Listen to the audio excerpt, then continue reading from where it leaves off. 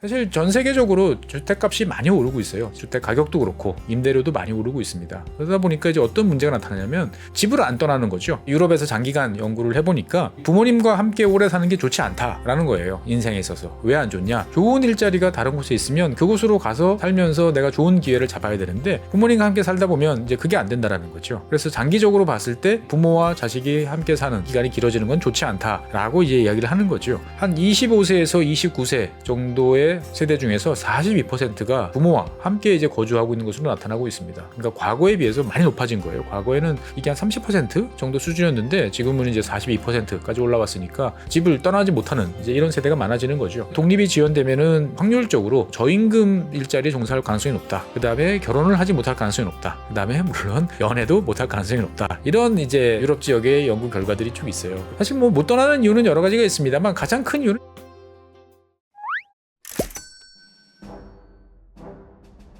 네, 안녕하세요. 최준영입니다. 지구본 연구소를 하면서 가끔 궁금한 게 있어요.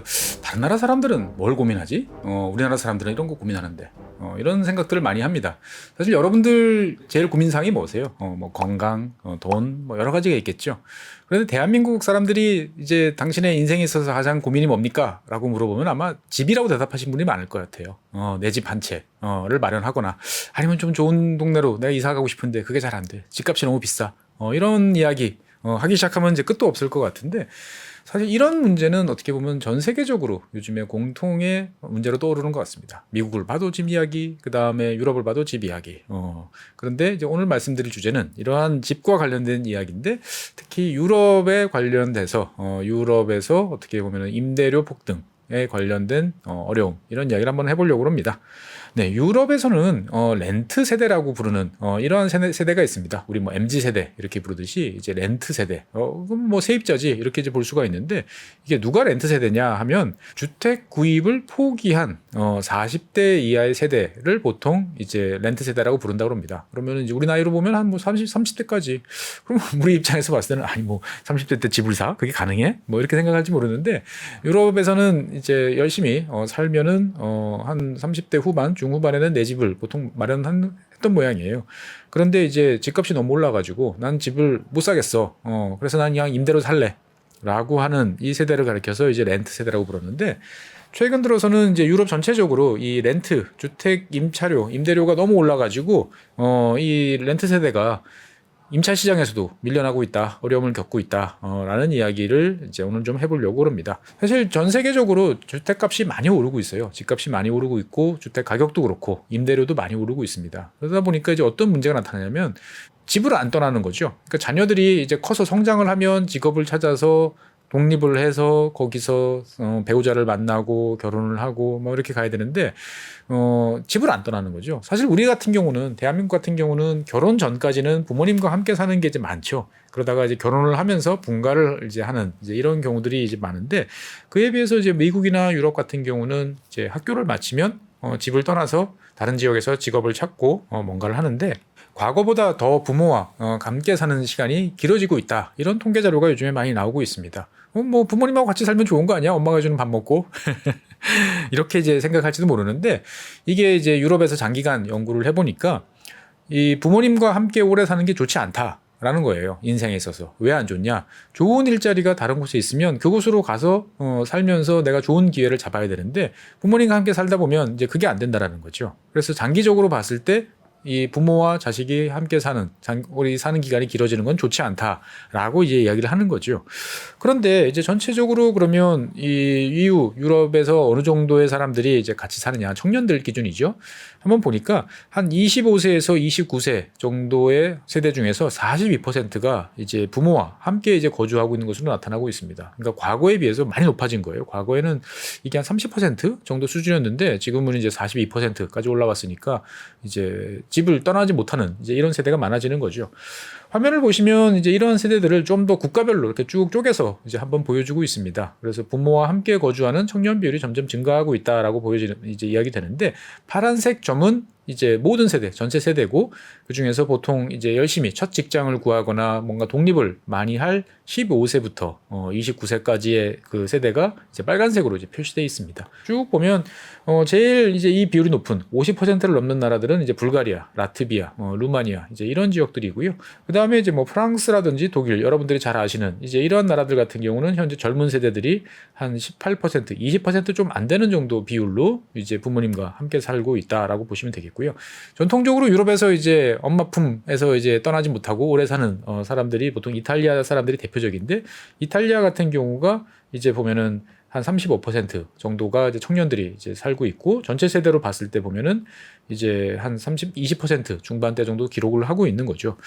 그러니까 이제 전체적으로 보면 이제 그리스, 이탈리아, 포르투갈, 아일랜드, 스페인 이런 곳들이 이제 부모와 함께 사는 나중에 나이 먹어서까지 사는 비중이 매우 높아진다라고 이제 이야기를 할 수가 있겠고요. 이렇게 이제 독립이 지연되면은 이제 확률적으로 저임금 일자리에 종사할 가능성이 높다. 그 다음에 결혼을 하지 못할 가능성이 높다. 그 다음에 물론 연애도 못할 가능성이 높다. 이런 이제 유럽 지역의 연구 결과들이 쭉 있어요. 그러다 보니까 왜 이렇게 못 떠나느냐에 대한 이제 유럽의 고민들이 있는 거죠. 사실 뭐 못 떠나는 이유는 여러 가지가 있습니다만 가장 큰 이유는 집값 때문에 그래요. 집값이 비싸니까 내가 이 월급 받아가지고 어디 가서 집을 구하지 못하는 거죠. 그러니까 이제 부모님하고 같이 있는데 실제로 그러면 유럽 사람들은 얼마나 렌트 임대료를 내나를 보면 유럽 같은 경우는 보통 기준이 이제 한 20% 좀 넘는 한 23% 정도를 이제 자기의 가처분 소득 내가 이제 받아가지고 의무적으로 내야 될 게 있지 않습니까? 뭐 세금도 내야 되고 그다음에 뭐 각종 사회보험료도 내야 되고 이런 거 다 제하고 가처분 소득 중에서 한 24% 정도가 이제 EU의 평균이에요. 그 정도를 내고 나머지를 가지고 뭐 생활비 쓰고 뭐 뭔가 저축도 하고 이제 이런 것도 일반적인데 최근 들어서 이런 과거의 기준 한 23%를 훌쩍 뛰어넘는 그 많은 돈을 주거비에 쓸어넣는 나라들이 많아지고 있다라는 자료가 나옵니다. 화면을 보시면 가처분 소득 중에서 이제 40%를 넘는 나라들이 점점 증가하고 있어요. 이를테면 네덜란드 같은 경우는 현재 가처분 소득의 58%를 주거비로 쓰고 있는 거예요. 내가 한 달에 월급 받고 세금 내고 뭐 보험료 내고 이런 거 내서 한 200만 원 정도 이제 남는데 그러면 한 달 주거비로 거의 절반 이상이죠. 그러면 뭐 120만 원 정도를 이제 렌트로 내는 거예요. 임대료로. 그러고도 삶이 가능해? 사실 저도 잘 모르겠어요. 그런데 이렇게 이제 높은 자료들이 나오는 거예요. 그리고 이제 뭐 몬테네그로나 세르비아나 뭐 이런 나라들은 이제 여러 가지로 봤을 때 뭐 그럴 수도 있겠다 싶지만 뭐 스페인 그 다음에 그리스, 튀르키예, 벨기에 이렇게 쭉 많은 나라들이 많다라는 거죠. 특이한 점은 이제 뭐 덴마크 같은 복지가 잘 되어 있는 나라다라고 하는 이제 이런 나라들도 지금 가처분 소득 중에 이제 렌트로 내는 비중이 30%가 이제 넘어가는 그런 곳들이 꽤 있다라는 거죠. 그래서 이런 것들이 점점 이제 많아지고 있다 보니까 이제 고민이 이제 되고 있는 거죠. 그래서 어떻게 보면 집값이 올라서 독립을 못하는 젊은 세대, 이로 인한 여러 가지 문제점들이 많아지고 있다라는 게 유럽의 고민이고요. 이런 것들이 이제 특히 대도시들 중심으로 더 높아지고 있습니다. 그래서 한 두 곳 정도의 대도시 이야기를 가지고 한번 해보죠. 첫 번째, 유럽에서 집값 비싼 걸로 유명한 곳, 그러면 여러분들 잘 아시는 것처럼 영국, 그 중에서도 이제 런던이죠. 런던 같은 경우는 최근에 이제 임대료가 역대 최대 수준을 기록했다라는 보도가 이어지고 있습니다. 그러니까 이제 코로나가 이제 빵 터져서 그때부터 2020년 3월부터 올해 5월 달까지 그러니까 한 3년 정도 이제 통계를 쭉 내보니까 런던 시내의 임대료가 평균적으로 3년 사이에 한 20% 이상 상승을 했다라고 이야기를 합니다. 그러면 도대체 30% 올랐는데 이게 도대체 얼마냐? 그러면 런던에 사는 사람들은 얼마씩 내느냐? 제가 한번 찾아보니까요. 보통 여기는 이제 집의 유형들을 우리는 보통 이제 원룸 뭐 이렇게 부르는데 우리의 원룸 정도 해당되는 게 이제 스튜디오라고 보통 이제 부르는 것 같습니다. 그러니까 이제 그냥 딱 들어가면은 별다른 구별 없이 다 이제 보이는 이게 이제 원룸이고 그 다음에 여기서 영국에서 이제 원베드룸이라고 보통 이야기하는 것들은 이제 방이 따로 하나 있는 이제 이런 것들을 이야기하는데 그래서 우리의 원룸 정도 해당되는 이제 스튜디오라고 부르는 여기들을 보면 중간값, 그러니까 평균값 말고 중간값 쭉 세웠을 때 중간에 서 있는 값이 월 한 달에 1275파운드. 우리 환율로 계산해 보면 한 213만 원 정도라고 나옵니다. 그러니까 런던에서 여러분들이 내가 내 몸 하나 누일 정도 공간을 찾겠다 그러면 중간값이 이제 213만 원 정도 된다라는 거죠. 그러면 평균으로 따지면 아마 훨씬 높아질 가능성이 높죠. 왜? 크고 좋은 이제 렌트들도 많으니까. 그래서 어떻게 보면은 야, 한 달에 213만 원. 영국 사람들은 이제 주급으로 받으니까 이걸 4로 나누면 매주 한 50만 원 이상, 적어도 한 6, 70만 원 정도씩은 내야 이제 조그마한 공간 하나를 내가 임차를 할 수 있겠구나 생각을 하면 정말 만만치 않죠. 그런데 이제 런던 같은 경우는 원래 비쌌지만 최근 들어서 이렇게 계속 오르는 이유가 뭐냐? 찾아보면 몇 가지 이유가 있어요.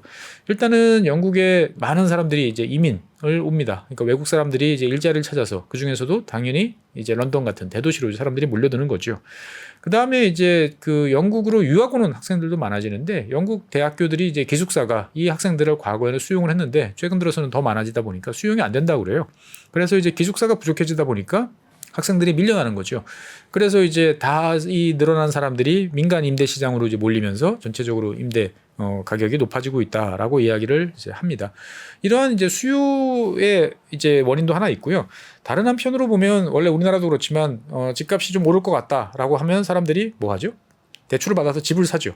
그 다음에 집이 안 오를 것 같아. 그러면 전세로 있으면서 이제 임차 시장으로 넘어오는데 영국 같은 경우는 최근에 이제 모기지 금리, 주택담보대출 금리가 많이 올라가다 보니까 그동안에 이제 집을 한번 살까 말까 고민하던 사람들이 이제 포기하고 있답니다. 그러다 보니까 과거 같으면 이제 주택 구매로 넘어올 사람들이 현재 임차 시장으로 다시 이제 넘어오는 이런 현상이 있고요. 또 영국 정부 같은 경우가 그동안에 이제 생애 첫 주택으로 따지면 이제 생애 첫 주택 뭐 지원, 뭐 세금 감면 이런 제도들이 있었는데 이것들이 이제 종료가 됐다고 그럽니다. 그러다 보니까 이제 내가 굳이 지금 집을 사야 되나?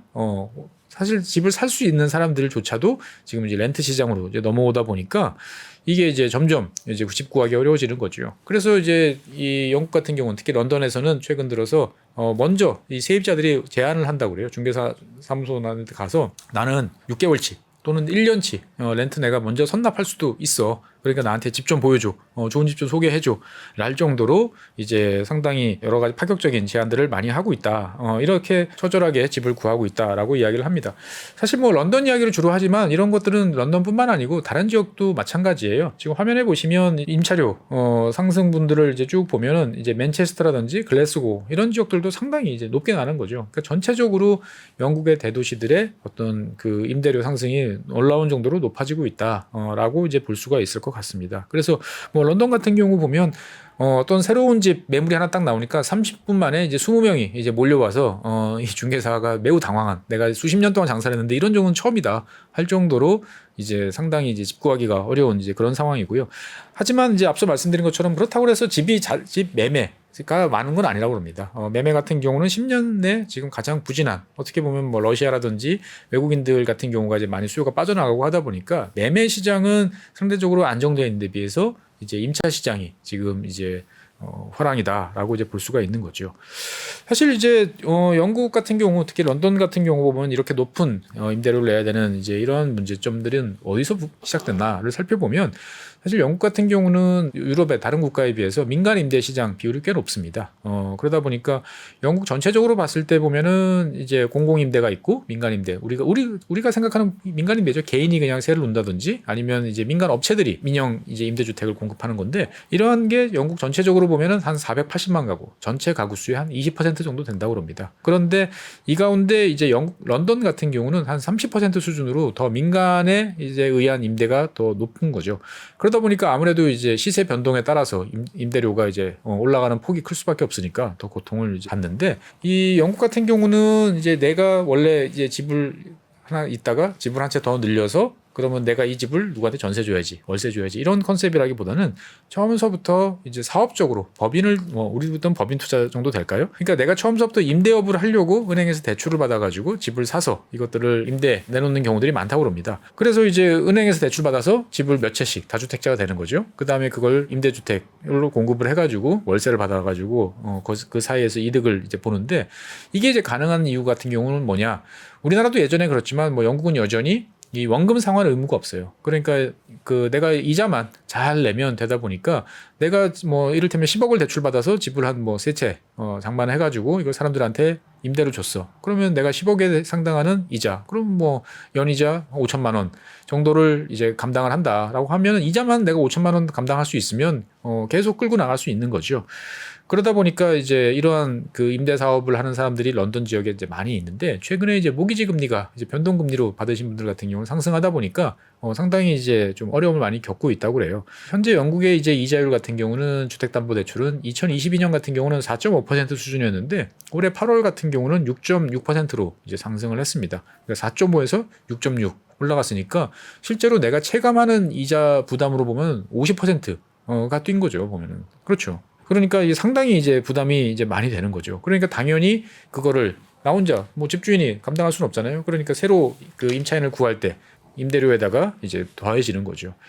사실 이 어떻게 보면 이 임대주택을 이렇게라도 사업을 하시는 분들이 이제 되게 많은데, 이 렌트를 집을 놓는 임대인들 같은 경우도 요즘 비용 부담이 많이 늘어나고 있다고 그럽니다. 그러니까 일단은 모기지 금리도 이제 상승할 뿐만 아니고 규제가 강화되고 있어요. 그러니까 뭐냐면 이제 그 동안에는 내가 주택담보대출을 받아가지고 이자를 낸 거를 연소득에서 빼줬습니다. 우리나라 같은 경우도 이제 여러 가지 조건이 있죠. 뭐 1주택, 그 다음에 전용 면적 85제곱미터 이하일 경우에 보면은 뭐 매덕 이하 주택일 경우에는 주택담보 대출로 낸 이자를 연말 소득공제 때 공제를 해주죠. 그래서 이제 실제로 부담을 많이 낮춰주는데, 영국 같은 경우 보면은 이 혜택이 이제 폐지된 그런 상태입니다. 그러다 보니까 임대 사업자들 입장에서 봤을 때는 부담이 이제 커졌고요. 또 최근 들어서는 이제 영국이 탈탄소, 넷제로 이런 거를 이야기하면서 주택의 어떤 에너지 기준 이런 것들이 매우 높아졌다고 그래요. 그러면 이것들은 내가 집을 수선을 해야 될 이제 필요성이 높아지다 보니까 주인들로서는 이제 목돈이 들어가는 거죠. 그러니까 당연히 그게 이제 월세 전가되는 이러한 현상들이 늘어나고 있다라고 이야기를 합니다. 그래서 이제 이러한 현상들을 참다 못해서 집주인들이 다주택자죠. 다주택자들이 이제 집을 내놓고 있대요. 그러면 그 집을 이제 내놓으면 누군가는 사겠죠. 그런데 사는 사람들이 과거 같으면 내가 이제 그 집을 사서 다시 또 임대를 놓을 거야 하는 사람들이 많이 샀는데, 지금은 그런 집들 중에서 한 3분의 2 정도는 이제 무주택자가 내가 이제 실거주를 하려고 산다고 합니다.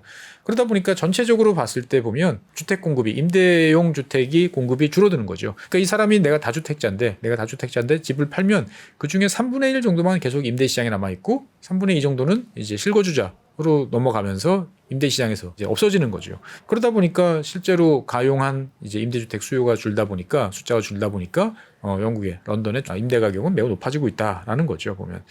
그러니까 어떻게 보면 이제 그동안에 전통적으로 영국 같은 경우는 오랫동안 뭐 잘 아시는 것처럼 공공부문, 이제 사회 임대라고 그러죠. 사회주택. 그러니까 공공임대가 이제 이 역할을 했었는데, 대처수상 때부터 시작해가지고 많이 이제 민영화를 했죠. 이걸 집주인, 당시 이제 임대 사는 사람들한테 저렴한 비용으로 넘겼죠. 그러다 보니까 이제 이 공급이 이제 가장 줄어든 게 이제 문제고, 다른 한편으로 보면 이제 런던 같은 경우가 이렇게 이제 집값이, 임대료가 높아지는 이유 중에 하나는 뭐냐면, 이제 계약이 이제 끝나고 나면 6개월이 지나면 이제 별도의 설명 없이 나가세요라고 통보를 하면, 2달 전에만 통보를 하면 내보낼 수가 있어요.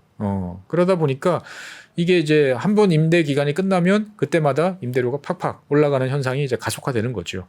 그래서 이제 이 밀려나는 분들은 어디로 가느냐? 뭐 똑같죠. 우리랑 같습니다. 서울에서 밀려나면 우리는 뭐 의정부, 뭐 화성 이런 식으로 가듯이 여기서도 점점 외곽으로 이제 가고 있는 거죠. 그러다 보니까 외곽에 이제 주택 수요가 몰리는 거죠. 이 지도는 이제 그레이트 런던이죠. 대런던, 이제 런던 우리가 알고 있는 그 핵심 시가지부터 그 주변 지역까지를 이제 보여지는, 우리가 이제 런던 에어리어라고 부르는 이제 이 구역인데, 외곽의 상승률이 더 높습니다. 임대료 상승률이 도심보다도. 왜냐하면은 이제 바깥쪽으로 나오는 사람들이 많아지다 보니까 또 바깥쪽도 이제는 경쟁이 치열해지는 거죠. 그래서 안쪽보다 오히려 바깥쪽이 더 많아진다. 그래서 이제 런던에 사는 사람들은 이제 고민이 되는 거죠. 뭐 물새고 좁고 하는 이 낡은 도심에서 계속 살 거냐, 아니면 눈 딱 감고 1시간 정도 통근해가지고 외곽에서 그래도 괜찮은 집에 살 것이냐, 이 어떻게 보면 둘 다 별로 만족스럽지 않은 선택지 하에서 이제 고민을 하고 있다라고 이야기를 합니다. 우리 입장에서 봤을 때 보면 아니 뭐 1시간 통근이야 껌이지 이렇게 생각하지만 이게 사실 한국, 특히나 이제 서울 수도권 주변 지역에 사는 사람들이나 그렇지, 세계적으로 봤을 때 이렇게 장거리 통근을 일상적으로 하는 나라는 그렇게 많지 않죠. 그러다 보니까 어떻게 보면은 영국 사람들, 특히 런던 사람들 입장에서 봤을 때는 임대료 상승으로 인해서 여러 가지 고민하지 않아도 될, 그 과거에는 없었던 거를 이제 고민해야 되는 이제 이런 상황으로 이제 내몰리고 있습니다. 그래서 이제 뭐 런던 같은 경우는 전통에 어떻게 보면 주택 가격이 높은 비싼 지역이니까 뭐 그렇다 쳐 라고 얘기를 할 수 있는데, 최근 들어서는 이제 이슈가 되는 지역이 독일입니다. 독일에서도 이제 베를린 같은 지역이 이제 문제가 되고 있는 거죠. 언젠가도 한번 말씀드렸지만 이 베를린 같은 경우는 이제 유럽 지역에서 되게 이미지가 독특합니다. 그러니까 뭐냐면은 꽤 오랫동안 베를린이라는 도시는 이제 뭐 냉전의 상징적인 도시이기도 했지만, 통독 이후에는 상당히 뭐 동독 지역에 있으니까 좀 가난한, 하지만 그러면서 섹시한 그런 이제 지역으로 꼽히고 있는 거죠. 그러니까 뭔가 매력이 있는 좀 약간 빈곤하지만 매력 있는 이제 그러한 도시였던 거죠. 그래서 집값도 상당히 저렴했어요. 이 베를린 집값 같은 경우는 어떻게 보면은 독일의 많은 사람들의 투자자들의 아픔이 있죠. 그러니까 뭐냐면은 베를린 장벽이 무너지고 통독이 됐어요. 그럼 수도는 어디? 그전에는 서독의 수도는 본이었는데 당연히 베를린이겠지. 그리고 정치적으로도 다 베를린으로 가는 게 맞다라고 했으니까 이 베를린 지역의 대규모 건설 투자 붐입니다. 그래서 뭔가 여기에 산업도 새로 들어오고 기업도 들어오고 본에 있는 연방 공무원들도 새로 들어올 테니까 집 구하는 수요가 많겠지라고 생각을 해서 너도 나도 집을 짓고 거기에 투자를 합니다. 우리 세종시 생각해보면 돼요. 그런데 이제 문제는 뭐냐? 수요가 생각만큼 많지 않았어요. 그리고 오히려 이제 과거 그 베를린에 살던 사람들, 뭐 동베를린이나 서베를린에 살던 사람들이 다른 지역으로 빠져나가는 그런 경우도 많아집니다. 특히 이제 동베를린 지역 같은 경우 보면 우리가 여기 왜 살아? 난 서독에 가서 더 높은 임금 받는 더 살기 좋은 곳으로 갈 거야. 그러다 보니까 전체적으로 베를린 인구가 오히려 감소를 하는 이제 이런 일이 벌어진 거죠. 그래서 이 집값이 1990년대 후반 2000년대 내내 베를린은 아주 폭락을 했습니다. 그래서 저도 2000년대 초반에 이제 베를린 갔을 때 이거 이 정도 괜찮네. 선배한테 이제 유학하고 있던 선배한테 이거 얼마 해요? 물어봤을 때 한 달 임대료 듣고 이 정도 조망 보이고 교통편이 있는데 이 정도면 정말 싸다 라는 생각이 들 정도였어요, 보면. 그런데 항상 역설적으로 이 주택 가격이 싸면 이제 사람들이 몰려듭니다. 그래서 이 베를린 같은 경우는 독일의 다른 지역 같은 경우는 이제 뭐 특히 동독 지역, 베를린 동부에 있잖아요. 그래서 이제 다른 지역 같은 경우는 다 인구가 주는데, 베를린 같은 경우는 2010년에 인구가 한 340만 명 정도 수준이었는데 작년 2020년에는 380만 명으로 40만 명이 늘어납니다. 그러니까 독일 내에서 이주도 있지만 뭐 동유럽 지역, 그다음에 유럽 다른 지역에서 아까 말씀드렸진 뭔가 베를린의 독특한 분위기 이런 것들을 찾아서 많이들 이주를 했던 거죠. 사실 그 이주의 핵심은 낮은 임대료였어요. 주택 가격이 저렴하니까 집값도 싸고 여기서 뭔가 새로운 걸 해보자라고 이제 이야기를 왔던 거죠. 근데 이제 이 베를린 같은 경우는 하나 특징이 뭐냐면 전체 가구의 84%, 전체 가구의 84%가 임차인이에요. 집을 빌려서 사는 거예요. 그러면 내가 내 집을 소유하고 있는 비중은 16%밖에 없는 거죠. 되게 독특할 정도로 이 임차 비율이 높아요. 그래서 이제 이 베를린 같은 경우는 이 임차료가 올라간다, 내가 내를 월세가 높아진다라고 하면 이게 사회 문제로 이제 급격하게 번지는 거죠. 왜냐면은 이를테면 전체 가구의 한 65% 정도가 내가 자가 보유야. 그러면은 사실 임대료는 전체의 한 30% 정도의 문제니까 그렇게 심하지 않아요. 근데 베를린 같은 경우는 85%가 세를 들어 사는 사람들이다 보니까 이 세입자 목소리가 이제 매우 높은 거죠.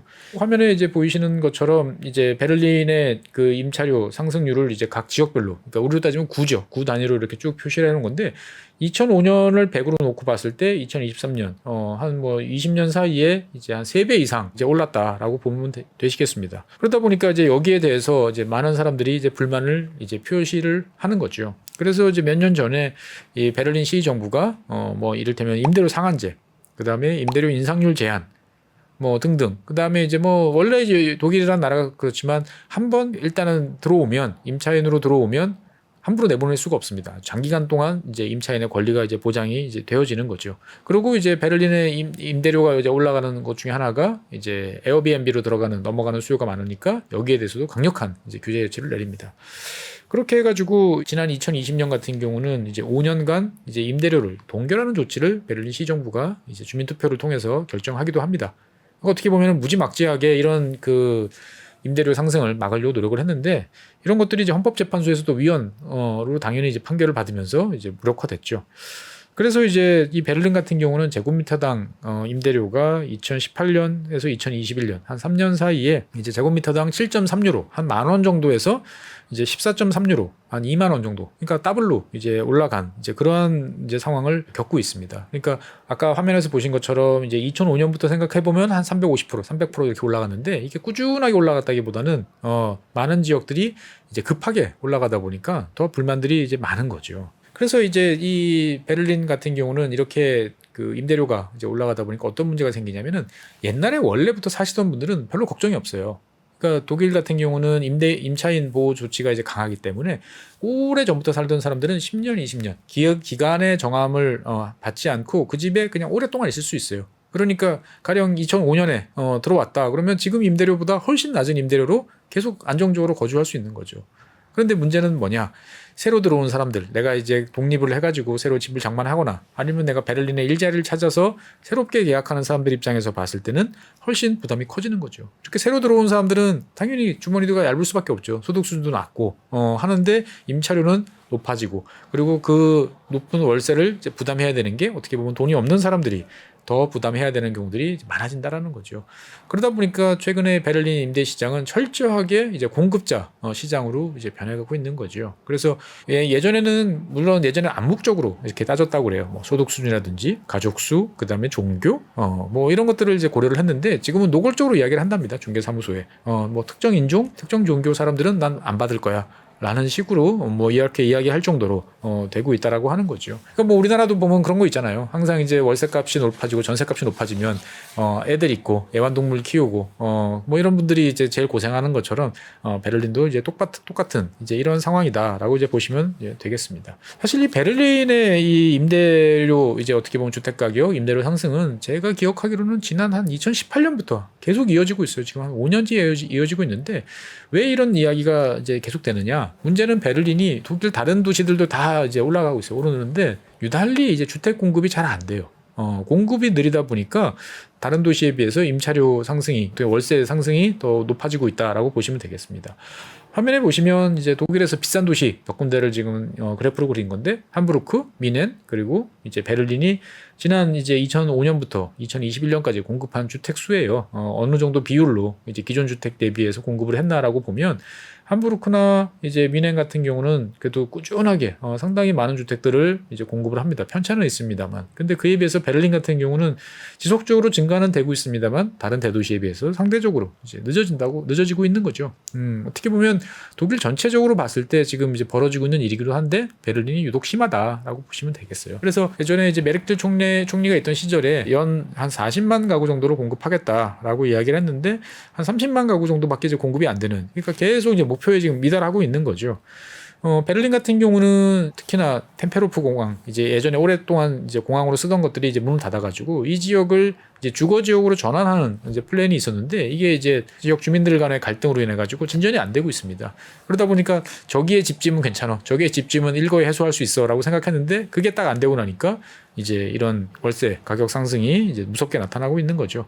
여기에 더해서 최근 뭐 우리나라도 마찬가지지만 건축 비용이 무섭게 오르다 보니까 이게 또 원가 상승 요인으로 반영이 되고 있다고 합니다. 그러니까 뭐 유럽 같은 경우는 인플레이션율이 상당히 높게 나오는데 이 인건비, 특히 이제 건설 부문에 종사하는 인건비 상승률이 물가 상승률의 2배에 달한다고 그래요. 그러니까 전체적으로 이제 다른 임금 상승이나 다른 물가에 비해서 건축비가 올라가다 보니까 원가가 더 올라가는 거죠. 그래서 상당히 좀 어려운 여러 가지를 겪고 있다라고 이제 보시면 되겠습니다. 그래서 사실 이제 유럽 같은 경우 보면 이렇게 대도시 그리고 뭐 특정 지역에 몰려서 이제 월세가 올라가는 현상에 대해서 많은 사람들이 이제 우려를 이제 하고 있습니다. 어떻게 보면 이게 유럽의 공통의 이제 지금 고민이에요.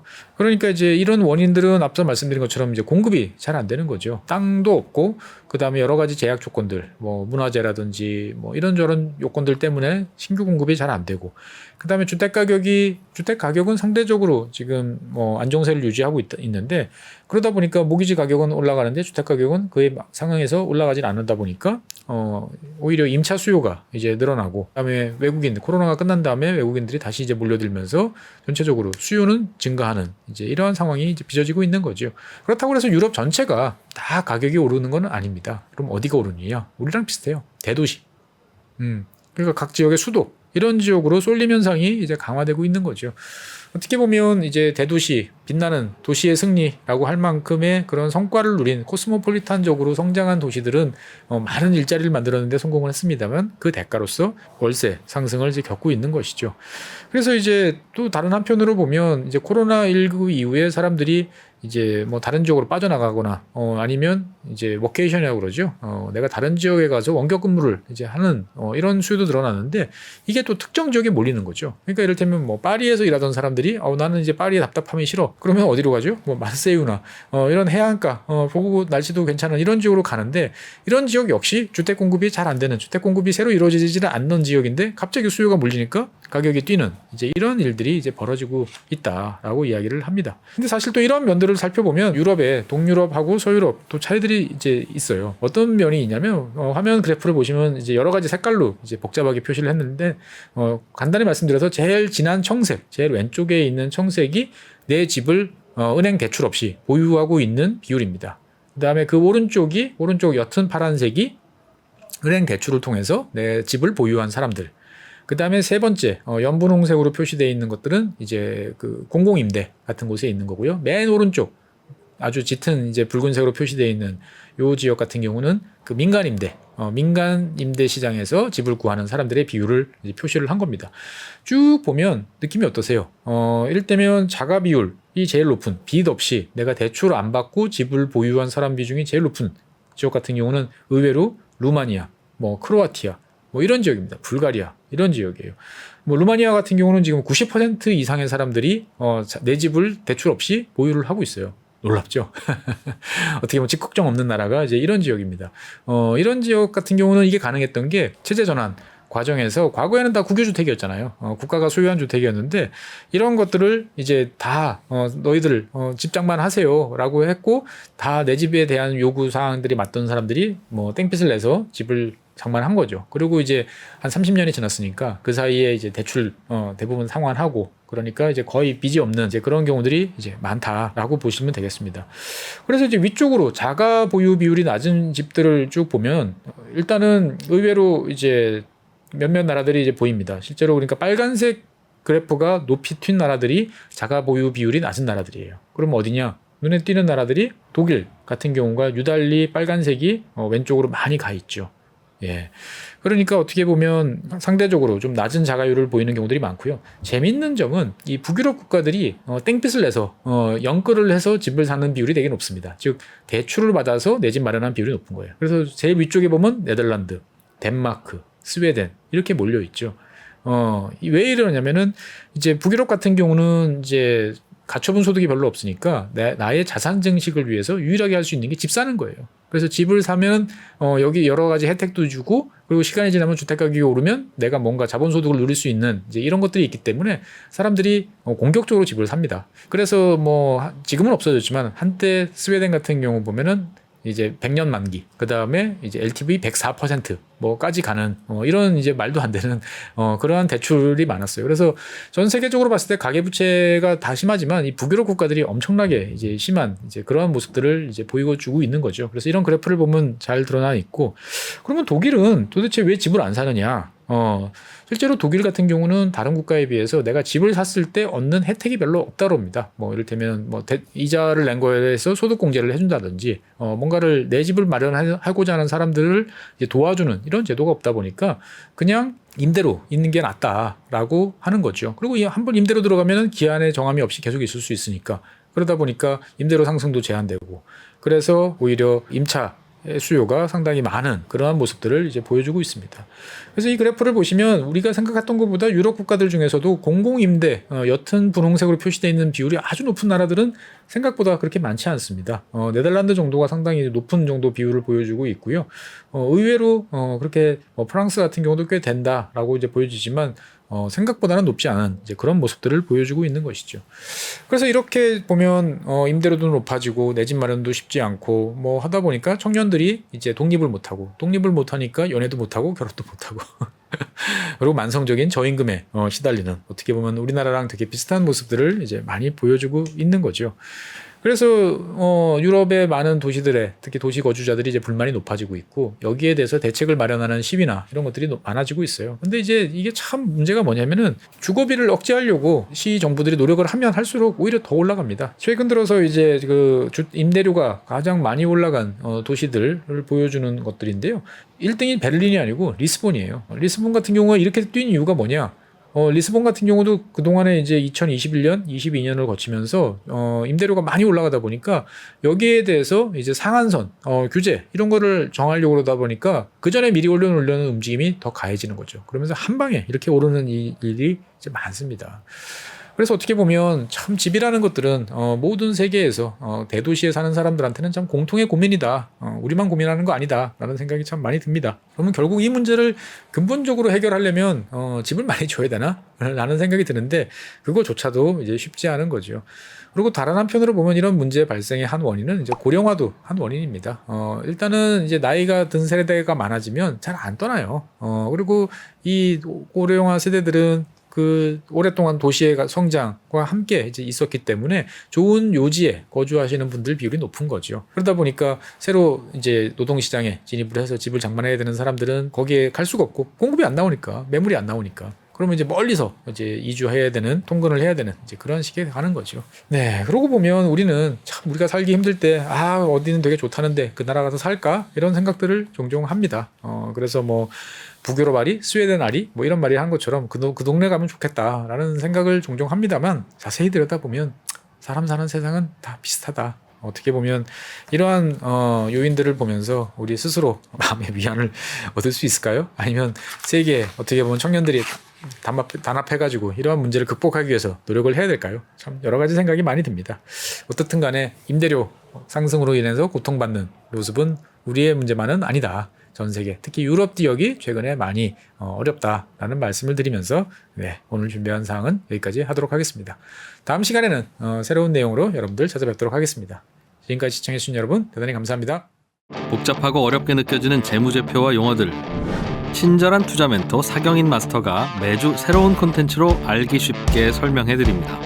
재무제표 분석과 포트폴리오 구성, 뭐 양대 재무제표라고 그러면 대차대조표랑 손익계산서가 있거든요. 매수 매도 방법, 이렇게 사는 게 좋겠네, 이렇게 살면 좋겠다. 근데 이렇게 살려면 뭘 해야 되냐면요, 나머지 3분의 1은 놔둬봅니다. 어디까지 가는지. 실전 투자 팁까지 알려드립니다. 오직 3프로 멤버십에서만 만나실 수 있습니다.